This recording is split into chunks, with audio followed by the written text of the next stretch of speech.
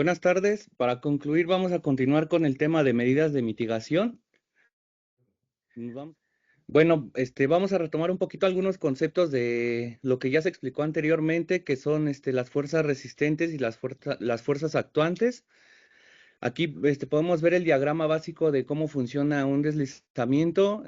Vemos las fuerzas resistentes que dependen de las propiedades de los suelos y las fuerzas actuantes que son de todos los factores externos y de todo lo que ya se explicó con anterioridad.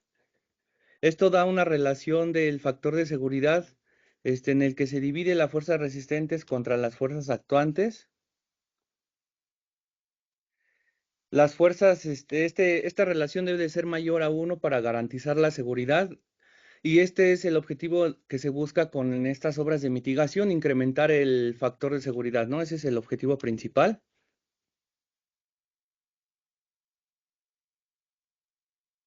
Para entender cuál es la función de una obra de mitigación, hay que entender la definición de esto, y esto es el conjunto de acciones y medidas dirigidas a reducir las condiciones de vulnerabilidad o la exposición a las amenazas de las comunidades y a su infraestructura. Normalmente se acostumbra a implementar acciones que disminuyan el impacto de estos eventos. Como vimos, pues los daños, lamentablemente, lo peor es que fallezcan las personas, ¿no? Y por ende también disminuir este número. De acuerdo al inventario, como se decía, pues sí mueren alrededor de 50 personas, de 30 a 50 personas al año, entonces sí es importante considerar estas obras de mitigación.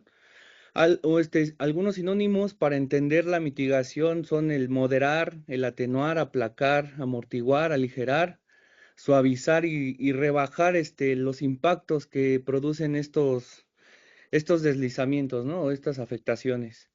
Para ello, al efectuar una obra de estabilización o mitigación, lo podemos dividir en tres etapas en las cuales se debe de seguir para lograr obtener un proyecto que sea efectivo, ¿no? Que de verdad sirva. Estas son el diagnóstico, la solución y el monitoreo. Para el diagnóstico se requiere de varios estudios que son básicos y son de suma importancia. De entrada se debe de contar con un levantamiento topográfico. En los temas como los del geógrafo Antulio, que se estaban mencionando, el procesamiento de imágenes de satélite y de imágenes obtenidas con el dron, ya son métodos más actualizados de obtener una topografía más detallada, con mayor exactitud. Hay algunos métodos que ya han sido ocupados a través de los años, como los levantamientos topográficos con estaciones totales y en su tiempo, ¿no? Con los teodolitos. También se requiere de un estudio hidrológico, ya que ya se tocó mucho el tema de que el agua es el factor con el que más se han detonado los deslizamientos. Estamos hablando que el 85% de los casos que se han registrados en la subdirección son detonados por la lluvia. Y pues es importante conocer cómo se mueve el agua, por dónde escurre y si estas laderas que son ya susceptibles llevan, ¿no? Esta agua, ¿no? La investigación geológica, digámoslo, es un término muy general, pero engloba muchos estudios y cada estudio geológico que se realice, pues tiene sus propios objetivos de acuerdo al sitio en el que se encuentra. No se pueden realizar los mismos estudios para todas las zonas a nivel nacional. Lo mismo para la investigación geofísica y geotécnica, hay muchos tipos de sondeos, en estas ramas que pues sí requieren de un especialista que determine cuál es, la opción más viable en cuanto a estos estudios. Este, Después de que nosotros obtenemos todos estos resultados de estas investigaciones, podemos encontrar una posible solución, ya que vamos a encontrar la mayoría de las características que posee esta ladera que se está estudiando. Entre ellas son la ubicación, la inclinación, qué riesgo tienen, su volumen, su forma, su estructura, su litología, qué tan intemperizado está, cuánta área de trabajo hay y qué disponibilidad del área, porque en muchos de los ejemplos que mostraron mis colegas, pues vemos que la población está prácticamente encima de las laderas, a un costado, a pie de ladera, en el peor de los casos también en la corona de los deslizamientos, ¿no? Entonces, el ver la disponibilidad del área que se puede trabajar es importante y es de las cosas con las que se decide también qué tipo de obra se va a efectuar. Con base en lo anterior, se puede tomar la decisión del diseño y esta va a estabilizar y también va a reducir el riesgo, ¿no? El peligro también. Como les decía, el objetivo de los métodos de mitigación es tanto aumentar las fuerzas resistentes o reducir las fuerzas actuantes. Hay obras que interfieren directamente en estos dos. Como decía el ingeniero Lobardo, que la lluvia hace un efecto dual que aumenta las fuerzas actuantes y reduce las fuerzas resistentes, hay métodos de mitigación para tratar el agua que impactan directamente en esta relación para que el factor de seguridad incremente. Estos se engloban en dos grandes grupos que para aumentar las fuerzas resistentes buscamos métodos estructurales, métodos de intervención directa en la ladera y métodos para reducir las fuerzas actuantes, que son métodos no estructurales, que tratamos de no invadir más la estructura propia de la ladera. Como métodos estructurales, iniciando en estos grandes grupos, tenemos los muros de contención, los pilotes, las anclas, inclusiones o inyecciones en el suelo y la combinación de estos métodos anteriores y de algunos otros que también vamos a ver más adelante. Como métodos estructurales tenemos inicialmente los muros de contención. Estos son estructuras que proporcionan estabilidad a un terreno natural o algún otro material cuando ya se modificó su inclinación natural. El ingeniero Lobardo explicaba que una ladera es en condiciones naturales y un talud ya es cuando ya es intervenido. Entonces, el muro de contención funciona para detener ambos. Algunos ya las laderas se convierten en taludes a ser intervenidas y ya tener una obra de mitigación. Entre algunos de sus tipos de los muros de contención tenemos muros de gravedad, como son los de la imagen izquierda. Aquí estoy colocando algunas dimensiones mínimas por norma. Estamos hablando que en la corona del muro de contención de tipo de gravedad es de mínimo 0,30 metros o una doceava parte de la altura total. Es una relación básica. Por lo tanto, el conocer estas dimensiones mínimas por norma nos permite ver en una visita si de entrada se cumplen con dimensiones mínimas o si esta obra pues no es de gran utilidad ya que no lo cumple. También hay dimensiones mínimas en la base. Estos muros de gravedad funcionan básicamente en contener el peso y la gravedad propia del peso del muro hace un equilibrio de fuerzas tanto de las actuantes como de este muro que las retiene. Los muros en cantilever funcionan de manera similar, solo que tienen una zapata adentrándose al cuerpo para contener este momento flector del empuje del suelo. Igual se coloca aquí una imagen de las dimensiones mínimas por norma Esta es una norma de Estados Unidos. Hay normas también mexicanas que son muy similares, algunas son basadas en ellas, en las que estas dimensiones mínimas de estos muros son importantes. Menores a estas, pues son estructuras que probablemente vayan a fallar. También los muros de contrafuerte son una derivación de los muros en cantilever, que cuando la carga de el empuje lateral de los suelos rebasa un diseño que no es costeable, se requiere de colocar algunos contrafuertes en forma triangular, como lo vemos aquí. Geométricamente se conoce en la ingeniería que el triángulo es de las figuras geométricas más resistentes en cuanto a su diseño. De ahí también se deriva el diseño de algunas armaduras. También tenemos los muros de contención prefabricados, también conocidos como muros de tierra armada. Estos son muros que contienen rellenos colocados de forma continua a las laderas que ya fallaron o a las laderas que se pretende que no fallen. Como podemos ver en las imágenes, se están colocando los blocks que forman estos muros de contención con algunas geomallas. Estas son ancladas a a los bloques de manera que por medio de la fricción estos no tengan un empuje y estas capas se colocan de manera controlada con una cierta compactación de diseño para que contengan, ¿no? Estos grandes volúmenes de material. También en segundo término de los métodos estructurales tenemos los pilotes.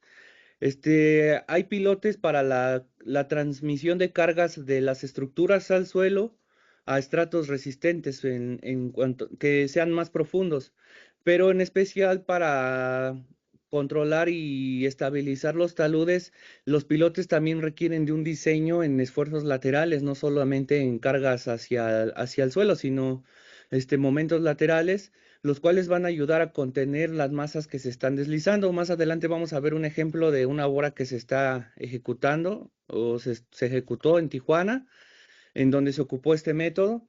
Y consiste en apilar varios pilotes formando, por así decirlo, un muro subterráneo que contenga estas masas. También existen los anclajes en taludes, que son elementos que se utilizan para aplicar fuerzas dentro de una masa de suelo con el objeto de mantener o restablecer su estabilidad.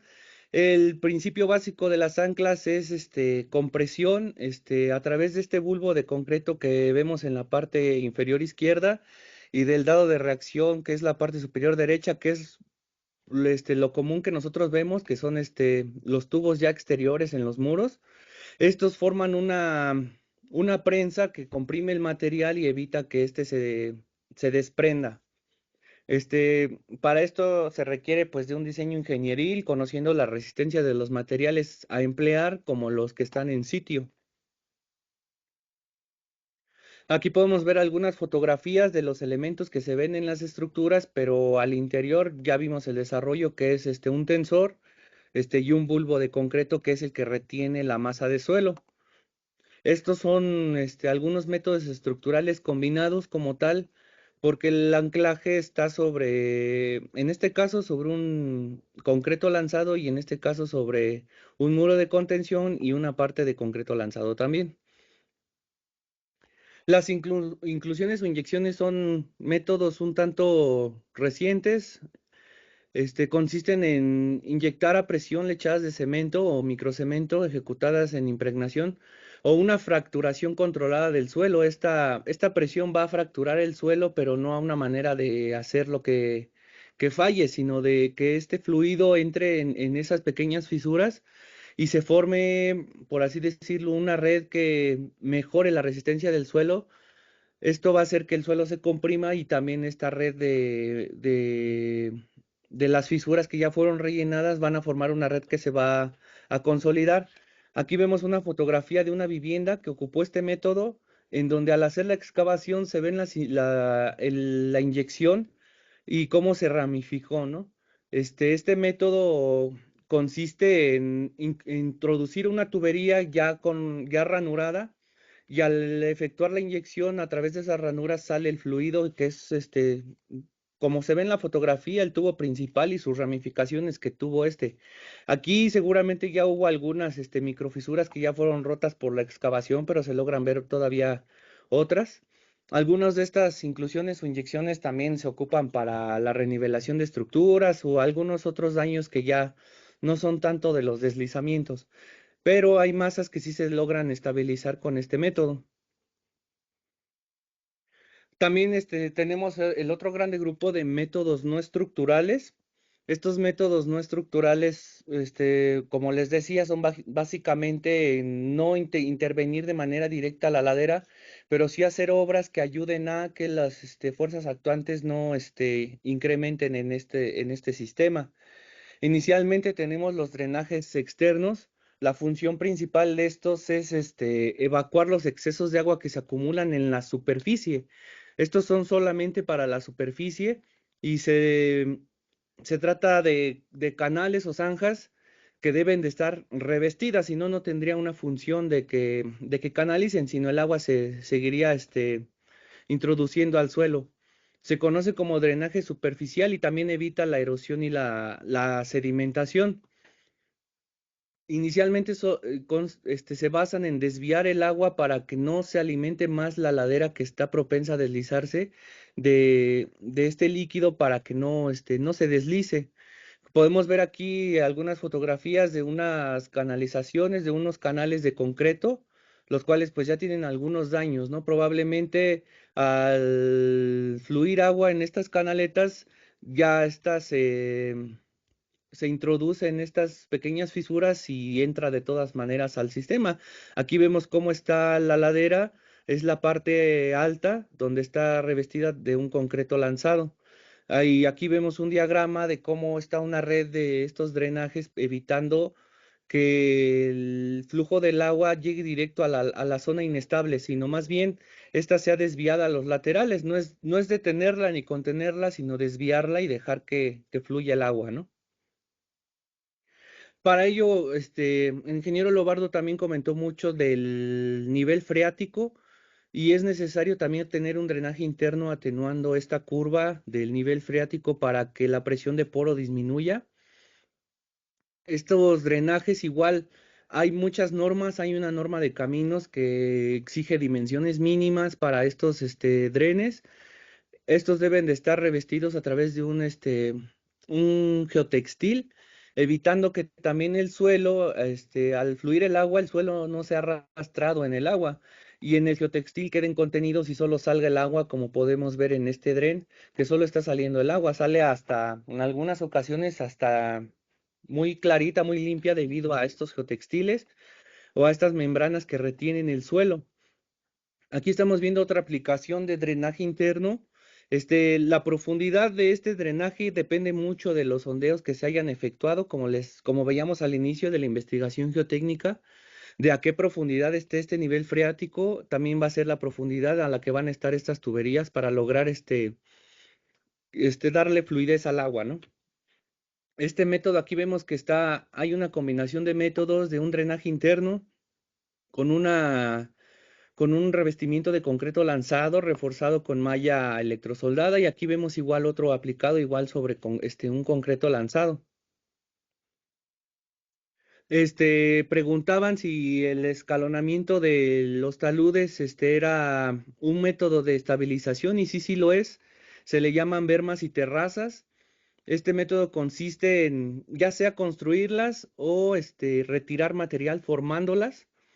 Esto, son aquellas masas de suelo que dan estabilidad tanto en las partes bajas como altas.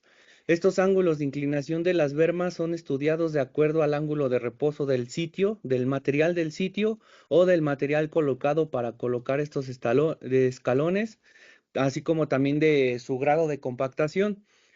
Básicamente es tener los escalonamientos como lo vemos aquí. Igual, a pesar de que están los escalonamientos, tenemos métodos combinados. Estas bermas y terrazas están revestidas de un concreto lanzado, evitando la erosión. Y también vemos cómo la berma 2 y 3, que es la más alta, tienen drenaje, ¿no? Entonces, de acuerdo al análisis que se hizo previo a este proyecto, se requería evacuar el agua de estos estratos de suelo. Como ven, no solamente se intenta intervenir en un método, sino combinar varios para garantizando la seguridad. Tenemos también la reforestación y colocación de malla metálica. Esta técnica se usa inicialmente para proteger los taludes ante la erosión. No es tanto un método que ayude tanto a la resistencia del suelo, aunque sí da una cierta estabilidad a un estrato superficial. La reforestación es más para evitar la erosión de la acción del agua y de todos los cambios de clima, ¿no? De nuestro país. Como métodos indirectos tenemos muros gaviones, zanjas y depresiones, concreto lanzado, que es lo de los que ya les he comentado al inicio, franjas de seguridad y barreras de protección. Los muros gaviones, yo creo todos los hemos visto que son cubos de malla rellenos de material pétreo, el cual al ser pesado estos se van apilando de manera que se forman muros contenedores. Al ser un método indirecto permite que, que los deslizamientos sucedan, pero estos ya no van a tener un impacto en alguna otra infraestructura más que en estos muros. De esto se tratan todos estos métodos indirectos, de convivir con el problema. También las zanjas y depresiones, pues son excavaciones a pie de la ladera para que el material que caiga quede contenido en estas zanjas. El concreto lanzado, pues es el, el revestir, la topografía que tenga la ladera con concreto. Este puede ser reforzado o sin reforzar, como vemos también, en algunas de estas fotografías, que solo está la membrana de concreto ya, esta ya está dañada, ¿no? Pero hay algunas que con el reforzamiento de acero, pues son más, resistentes. Todo esto es de acuerdo al diseño y a los estudios que vimos al inicio. Las barreras de protección, tenemos dos tipos, hay barreras de protección dinámicas y estáticas. Las dinámicas, como tal, absorben la caída de rocas, son más aplicados en estas, como podemos ver la malla deformada por un bloque de roca. En este caso es una prueba de laboratorio en el cual estas mallas, de acuerdo a algunos fabricantes, resisten hasta 10.000 joules de energía. Entonces sí contienen algunos bloques grandes, no, pues hay que ver que sea óptimo, ¿no? Para la obra, ¿no? Las barreras estáticas contra caída de roca solo son barreras en su defecto, algunas son horizontales, otras son verticales y contienen los cantos rocosos que han estado rodando y estos, se contienen sin deformar la malla, esa es la diferencia entre una y otra. Las barreras de protección también se ocupan en en algunas zonas donde es ya detectado que van a existir flujos de escombro y de lodo, como vimos en el caso de San Gabriel. Hay algunos escurrimientos naturales donde lamentablemente hay muchas personas se asentan, viven, construyen su patrimonio y sucede mucho este tipo de flujos. Las barreras de protección detienen todo este material sólido y permiten solo el paso del agua, evitando que sea prácticamente una avalancha que destruya todo a su paso, ¿no? Se pueden colocar varias en un mismo escurrimiento, atenuando la energía que lleva este flujo hasta que llega ya a un flujo en la zona más baja, un flujo de menor impacto. Traemos aquí algunos ejemplos. Hay un Sam's Club en Santa Fe, en la Ciudad de México, en el cual podemos ver que son, cortes efectuados por la actividad humana, la construcción, en donde este talud está reforzado a través de un concreto lanzado y en combinación con anclas. Este talud tiene aproximadamente 20 años, si no es que más, que sigue funcionando. Es una obra, podríamos catalogarla hasta este momento como una obra bien ejecutada, ya que pues permanece, ¿no? Tenemos la tienda Sam's Club en la parte más baja y podemos ver que hasta ahí hay túneles que atraviesan esta ladera intervenida. Hay construcciones en la parte alta y construcciones en la parte baja, por lo que el diseño de esta obra de mitigación es de suma importancia, que requiere, como les decía al inicio, de un monitoreo también y de un mantenimiento. Aquí hay algunas otras vistas, donde se puede ver que los cortes ya han dejado prácticamente una franja que tiene ya dos caras, dos taludes, donde solo se soporta un camino y algunas construcciones en la parte superior, y hay construcciones en la parte baja, Vemos aquí el talud cómo incrementa de altura, vemos algunas derivaciones de los drenajes revestidos y canalizados hasta la parte más baja, evitando que el agua ingrese al talud en sí. También en esta imagen en particular vemos cómo a través de los años se ha requerido de que cuente con más anclas, ya que las zonas inestables cambian con el paso del tiempo, y vemos cómo hay una zona de un mallado con anclas más prominente que en las demás partes del talud. Se logran ver las anclas aquí de color azul. Entonces, de acuerdo a un seguimiento, a un monitoreo en una obra, pues es posible que dure bastante tiempo y que sea seguro. Visitamos en 2023, me parece, la avenida escénica en Acapulco Guerrero, en donde tras el impacto del huracán John, se perdieron dos carriles de esta avenida. Como podemos ver, la ladera falló, debido al taponamiento de un drenaje que se encuentra en la parte izquierda, y el agua pues encontró su camino y sucedió un deslizamiento de 125 metros aproximadamente, combinado con algunos bloques de roca. Cuando nosotros fuimos a la visita ya se estaba efectuando una obra de estabilización, pero esta era provisional, ya que, como les decía el ingeniero Lobardo, en temporada de secas, la mayoría de los fallecidos en esta temporada es por las obras mal ejecutadas. En este caso, y muy acertadamente, colocaron un revestimiento con una malla electrosoldada, iban a colocar concreto lanzado y este ya contaba con anclas para que tuvieran la seguridad de poder trabajar lo demás y restituir el muro real de contención que era de mampostería. Entonces hicieron una obra de estabilización para después hacer la obra final. Estamos viendo igual la combinación de varios métodos en los que, pues, ejecutándolos de manera correcta, van a ser funcionales. Se estaba estabilizando esta parte de manera provisional, ya que ya se estaban agrietando, se estaban formando agrietamientos de forma paralela al deslizamiento a 2 metros. Entonces este era material ya muy propenso a caer. También en este mismo deslizamiento encontramos en la parte alta que tras el paso del huracán quedaron descubiertos muchos bloques de roca en las partes altas de las laderas, y estamos aquí señalando el deslizamiento que acabamos de comentar, en donde pues ya con los sistemas que hemos visto pues se podrían colocar algunas barreras de protección o algún otro método de mitigación de acuerdo a un estudio, a los estudios que se deberían de hacer, ¿no? Hay casos en los que es necesario, y todo va a depender siempre de un análisis costo-beneficio, ¿no? Siempre tenemos que ver qué es lo mejor, si realmente hacer la obra de mitigación o tomar otro tipo de decisiones en cuanto a desalojar a la población, reubicarlas. Otro ejemplo que tenemos es en Camino Verde, Tijuana, es el ejemplo de los pilotes que les comentaba, el cual se estaba construyendo un sistema de pilotaje paralelos en cuanto a la masa deslizada. Podemos ver que la masa deslizada es toda esta colonia, y se estaban formando franjas paralelas de pilotes. Se estaba trabajando en un pequeño fragmento, ya tenían colocadas alrededor de 38 pilas, me parece. Pero al hacer vuelos de dron, como bien comentaba nuestro compañero Antulio, son importantísimos todos estos vuelos porque salen detalles que no podemos ver hasta en campo, ¿no?